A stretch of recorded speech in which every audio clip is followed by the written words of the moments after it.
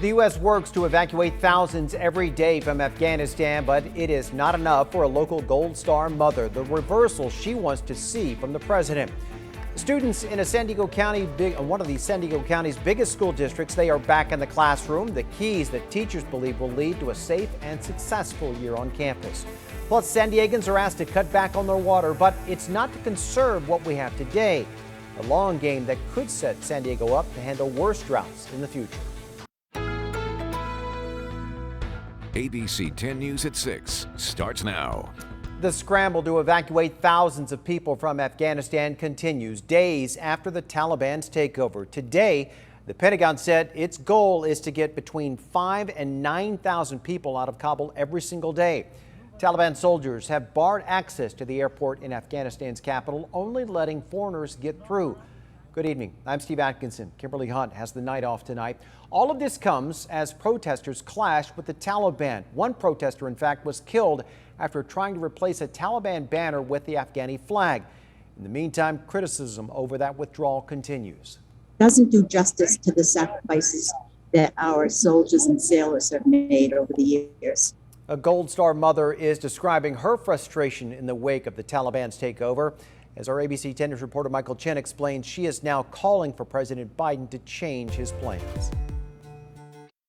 When President Biden first announced his plans to withdraw troops from Afghanistan, Natalie Healy was not opposed to it. I felt it was time because the original mission had been accomplished as far as I was concerned, and I thought that they had things in place that would protect women and girls and the people who aided us. The Afghan conflict has staked a place close to Healy's heart and grief. 16 years ago, her son, Navy SEAL Dan Healy, was one of 19 killed when a helicopter was shot down by pro-Taliban forces during Operation Red Wings. His body buried at Fort Rosecrans National Cemetery. His mother says she feels betrayed. I was infuriated, I was sad, and I was ashamed by the execution of the U.S. evacuation plan.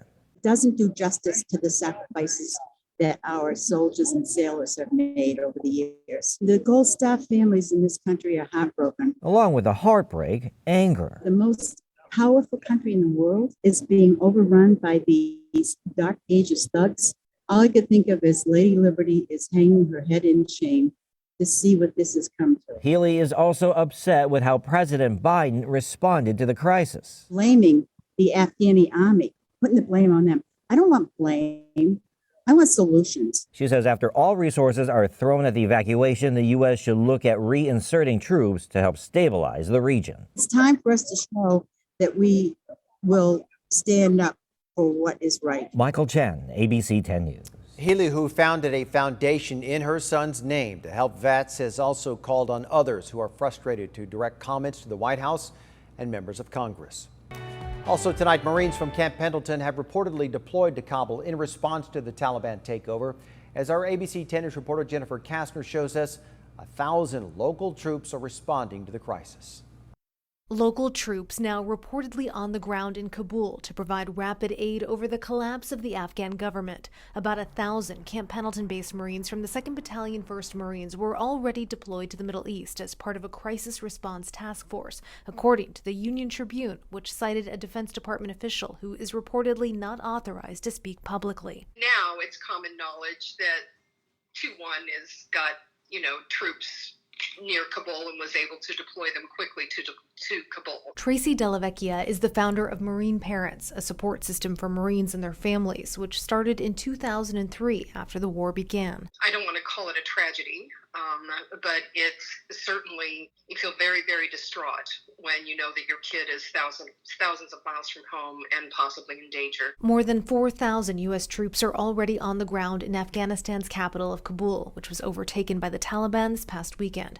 Additional U.S. troops are expected to arrive later this week. Delavecchia said her team is prepared to offer services to the Pendleton families who have Marines working to help evacuees who've been caught in the siege. Those families who had experienced combat deployment are right back in the fold now, ready to, stand next to other parents who are experiencing it for the first time. Jennifer Kastner, ABC 10 News. We also reached out to the Marines for a comment. We are waiting to hear back from someone.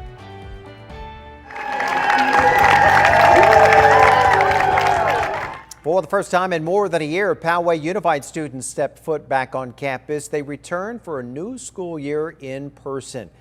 We've been talking to students, parents, and school officials about today's big reopening. Our ABC 10 News anchor, Lindsay Pena, is live at Westview High School with how things went there today. Lindsay. Yeah, Steve, the people we talked to all say that everything went as well as could be expected. Everyone, especially the kids, was just really excited to be back on campus. As you said, it's been more than a year since they've been able to have sort of a normal start to the fall semester. Now, Poway Unified is the third largest district in our county. They have 39 different campuses, more than 36,000 students. Now, the teachers are entrusted with bringing those kids back safely, making sure that they are adjusting to being on campus again. I got a chance to talk to one of the teachers here at Westview. Take a listen to what he had to say. It's been roughly 2 years since students and teachers started a school year on campus here at Westview High. There was very little Westview connectivity, which we missed. So to have an opportunity to create that connection this year is so exciting. DJ Sosnowski is a teacher and director of the Associated Student Body. He says it's not just the kids who are excited and eager to get back to a more normal school life. Teachers, though, are balancing that with an added responsibility. The first question is, if we do that again the way that it looked, is that safe? Are the students going to be comfortable? Are we putting staff at risk? And so we sort of look at it through that lens. When I ask if he feels safe, I feel confident with the plans in place as they are. In the classroom, students are going to be masked. Teachers are going to be masked, and that's the way that it's going to be. Sosnowski says the focus now really centers on listening to what everyone needs, being creative and flexible as school starts to look like school again. To make sure that the teachers have the tools that they need to give the students the space and the opportunity to sort of become comfortable on campus again. Now, you saw there was a big, loud, warm welcome for all of the first-time freshmen here on the Westview campus. Tomorrow, they're actually going to be doing that for the sophomore students, since last year they didn't really get that traditional welcome since they started school virtually. We're reporting live from Westview High School. Lindsay Pena, ABC 10 News. Steve? And they all deserve that welcome back. Lindsay, thank you. All right, COVID booster shots are now just over a month away. Today, the Biden administration officially gave the go-ahead to Americans 18 and older who got the Pfizer or the Moderna vaccines to get a third shot 8 months after receiving their second dose. It's possible that a booster will be needed for the Johnson & Johnson vaccine, but researchers are still studying its effects because the first doses were not given until March of this year. With those data in hand, we will keep the public informed with a timely plan for J&J booster shots. Some have criticized the U.S. for greenlighting a third shot, while many countries struggle to begin their vaccination efforts. Now, the Biden administration did say it is planning to send out another 200 million doses to other countries in the months to come.